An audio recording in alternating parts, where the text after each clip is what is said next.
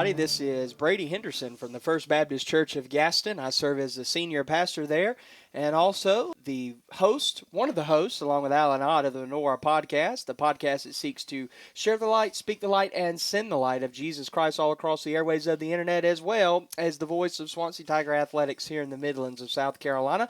And Alan, we are continuing our Pillars of the Church mini-series on Menorah. We've already talked about missions. We did that 2 weeks ago. Last week, we talked about preaching very briefly. And today, I just want to go ahead and get into a little bit of evangelism. I do want to go ahead and say at the time that we're recording this podcast, today is October the 27th. Just kind of want to reflect on yesterday. Yesterday was awesome. We obviously had breast cancer awareness. That was a very short part of our service because we want to make sure the main part of our service is obviously awareness of Jesus Christ and making His name great. But yesterday was really good.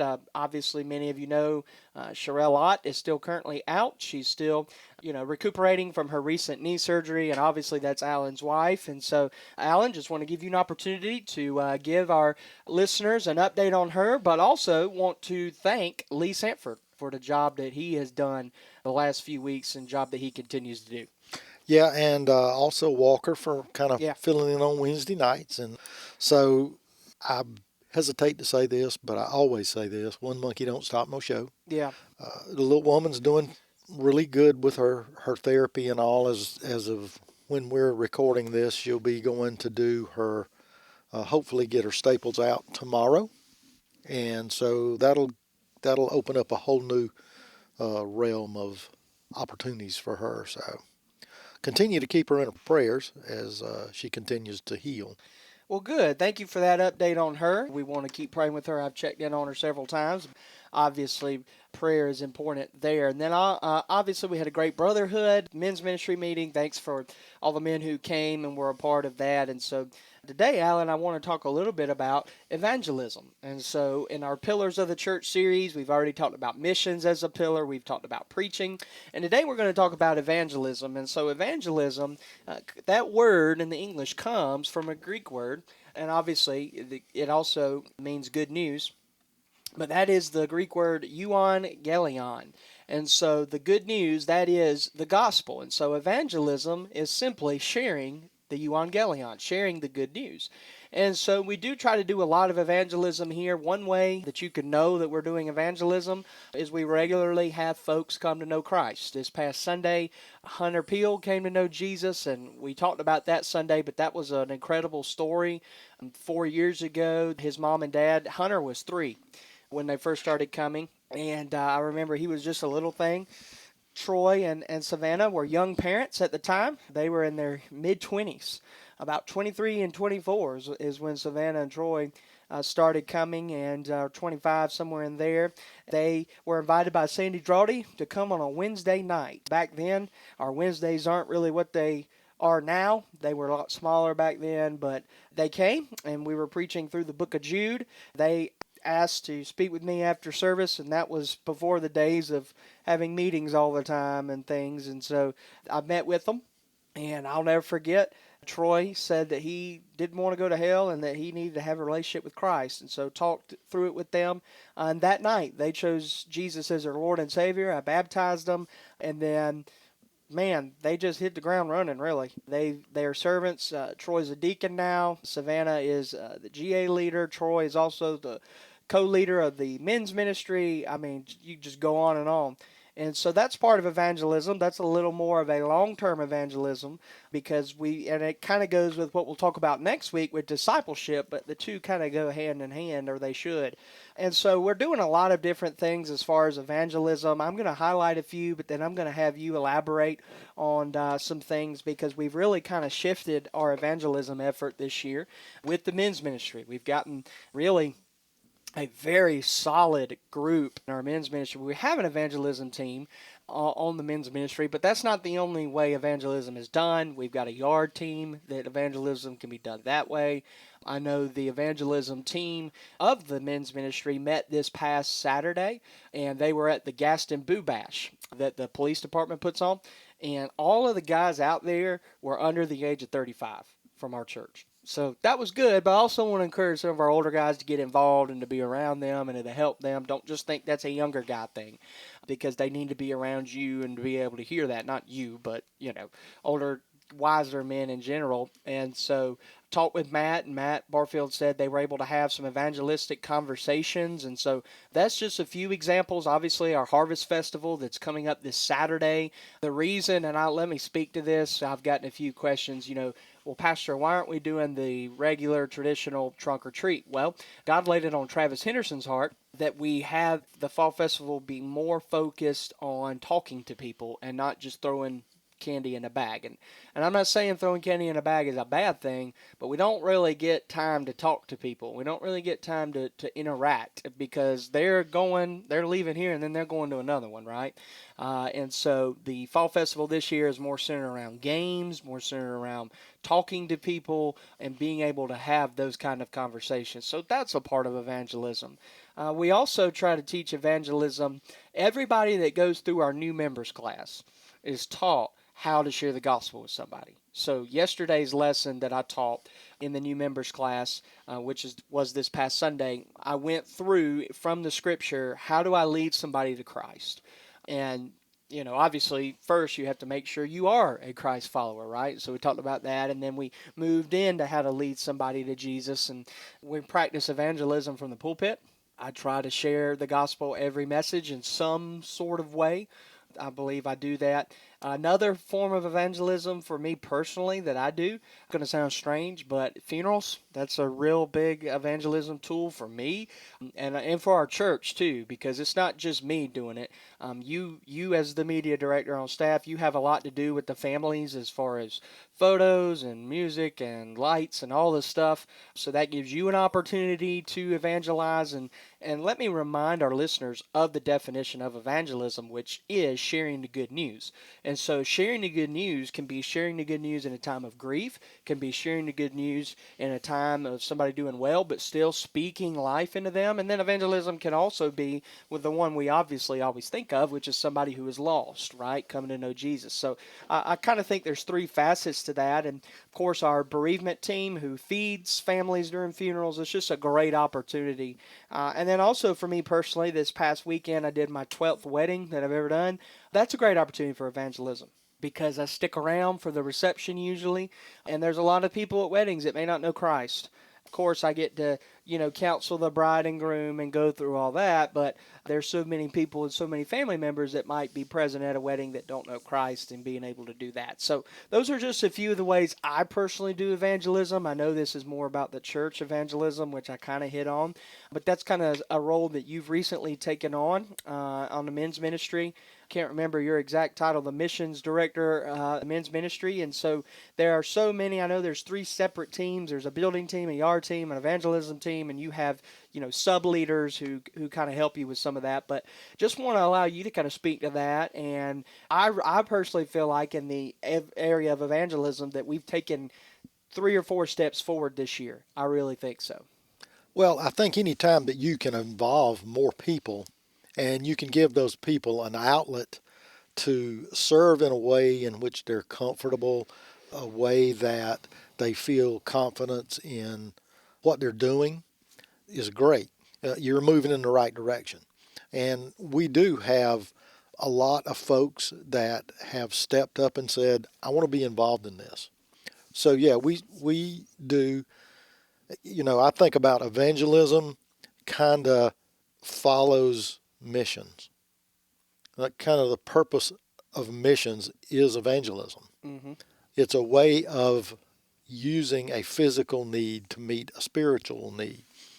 Discipleship follows evangelism in that you are taking somebody that does know the good news. You're now helping them to learn and to grow. And I think sometimes that is kind of a thing that is often an afterthought, so to speak. But I've been really encouraged in our men. It's easy. It's been a couple of months now since we've really reorganized, or since we really organized, Yeah. and Yeah. we've We've had a chance to put all three of our ministry teams into practice, get some stuff done, and be able to track that. And in doing so, that helps us. One of the other things I'm involved in is the Baptist History D group. We talked in there about it's important to know your history because you either can correct your mistakes or you can not repeat those mistakes. And so by being able to track everything, we have that ability to say, hey, we're making a difference or we need to refocus in this area. So I've been greatly encouraged with that. And I guess the most exciting part is the number of people. And the people that come to me offline and say, hey, I want to be involved in this, or I want to, who do I need to talk to about this? Yeah, kind of off the record stuff. Right. Yeah. And so, what that tells me is people are thinking about it, not just whenever we have our men's meeting. I hear you. And I agree with you. And I think one thing that's really cool too, last week, and this is just how God is growing in our church. Growth is not always numerical, it's also spiritual, but it's also like how are we growing in what we're doing? And so last Wednesday, we were able to send a team, a feed team that Chris and Lisa Pam led that wasn't necessarily affiliated with the men's ministry. See, what's happening now is the men's ministry hospitality team led by Keith Bachelder came to me and said, let me know when we can do a meal. And Lisa said, well, let me know when we can do a meal. And having two different ministries, Lisa from the women's ministry, Keith from the men's ministry, wanting to do stuff, and I have to choose which one gets which event is really exciting. And so last week, Chris and Lisa fed the cross country team. And so many of our listeners know Tiffany Spradley, and she's I kind of think she got ramrodded into being the cross country coach. I don't know if she knows anything about cross country, but they needed a coach, and so she's the coach. And I believe one of her children's on the team. I'm not sure, but the cross country team doesn't get a whole lot of love compared to other athletic events. And our group was able to go out there and feed them, and that's part of evangelism too.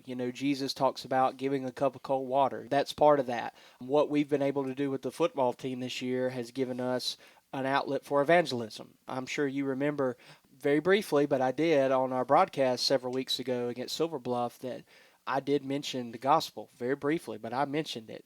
I don't say this a lot, but I do have a relationship with the coaches to where if a young man is having a tough time or something's going on and they have something going on in their life, one of the coaches will send them my way. I'll have a meeting with them or whatever, and just all kind of different things that we're doing, and it's just so encouraging. I haven't been to a yard project yet, but the yard project that you guys are doing, and of course conversations that ensue from that, and just seeing different people step up is pretty neat. I think the last project you were with Sherelle, that was right after her surgery, and according to the text I saw, Troy just stepped up and just said, okay, here's what we're meeting, here's what we're doing. What I love, what I'm starting to see, is I'm starting to see a next man up mentality across the board in our church. That hasn't necessarily always been there, but it's really good. We're breaking down territorial lines. We're getting past, well, this is my area or that's my area, and we're getting more aligned with, okay, this is kingdom stuff. Somebody's got to do it, right? And so that's pretty neat.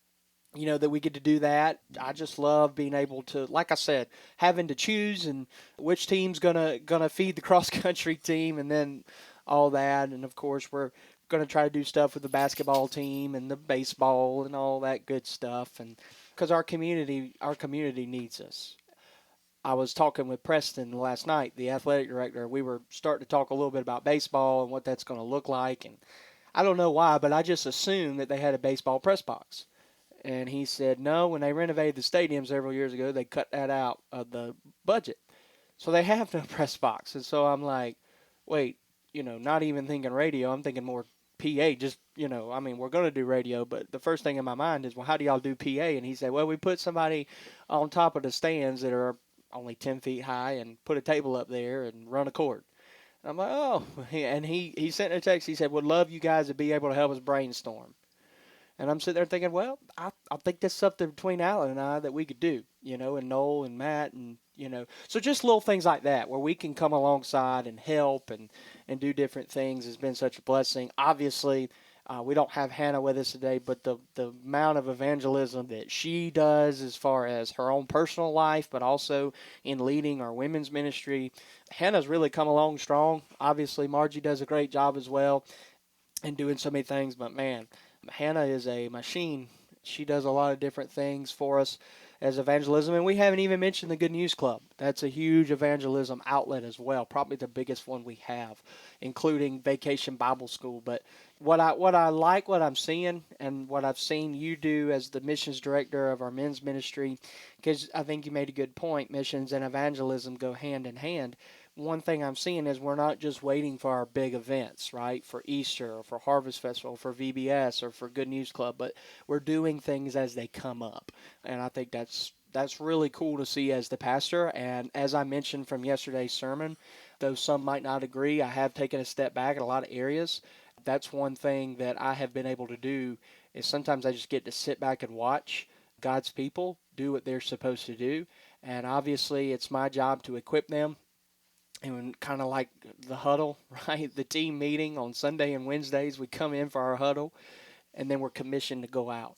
And I don't even know all the missions that we're responsible for. I know it's a little chilly in this room, and I was walking back to my office to try to get a coat for the recording of this episode, and I look, and there's over 50 coats outside my office. Why? Because those coats have been donated by our church members and are being sent to our potential partners in New York City, so that those pastors and those church members up there can hand those coats out to people in the street and possibly have a gospel conversation. That's part of evangelism too.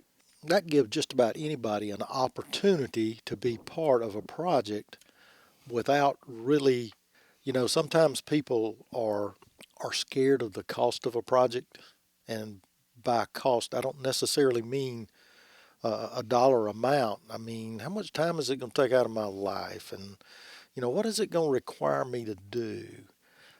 One of the things that I remember so vividly from my elementary education was my fourth grade teacher talking about an opportunity cost. Oh yeah, An yeah. opportunity cost is I not forgot about necessarily that. a dollar amount, but everything you do has a cost, whether it's in time or whether it's in money or whether it's in other resources. So most people think about that, but there's lots of passive ways that you can be impactful for the kingdom, and we need to think about that. I know global is really a word that a lot of people use now to mean different things, but we do need to think about evangelism globally. Yeah, It's not about us versus our neighboring church. yeah. We're We're together. working on the same team. Hmm. We're looking for the same outcome That's right. in the long run. And so maybe partnering in some type of events or working with other churches. And I'll give you an example. Almost every year in at least recent history, we work with Harmony Baptist Church here in Gaston with our VBS. Hmm. They just about always get most of our material and stuff that we have left over, our Yep. decorations and stuff like that. They usually plan theirs to coincide the week after us so that they have those resources. Hmm. It's just another way of help. So there's all sorts of things that you can be involved in that doesn't necessarily require you to have a passport or invest a lot of money, but it makes a huge deal. Let's go back to Troy and Savannah. Hmm. A simple conversation. Not, are you saved? Not, do you know where you're going to spend eternity? But, Hmm. hey, why don't you come to church? Hmm. And so I love that. I think that's really awesome, and just love how God has moved in so many ways. We kind of mentioned New York, so let me use this platform to give a quick little update on that. We are continuing the quest for possibly having a partnership. So the association has asked that I go with Hannah in January, and so I'm going in January. I'm going to fly up there, meet some of the pastors up there. I told Lee, for people that know my personality, I told him, I said, well, just send Hannah up there. She'll sign all the papers and everything. And he said, no, kind of need you to go. And I'm like, what? I said, in my mind, she can do anything I can do and a lot better. But I'm going up there, going to meet some of the pastors and everything. And we're going to, while we're there, plan what a summer missions trip is going to look like to New York for next summer. So be thinking about that. Well, at least you picked the warm part of the year to go up there. Well, you know my personality, and you know I don't like getting out of the South. So that's going to be quite problematic, but the Bible does say go, and so I'm going to be a part of that. And also, don't forget, I'm going to be meeting with Charles at some point to try to figure out when we could possibly send a group to India. So just be thinking about those two possibilities and how God might want you to either go, give, but definitely pray. So think about that. So we're going to go ahead and wrap up today. Today's Pillar, episode 88 already. Today is Thursday, October the 30th. Hannah had a great birthday last night. We're going to celebrate tonight because we had church last night, but love her, appreciate her, and all she does. So thank you for listening to episode 88 of the Menorah Podcast, the podcast that seeks to share the light, speak the light, and send the light of Jesus Christ all across the airways of the internet. We will see you guys next week.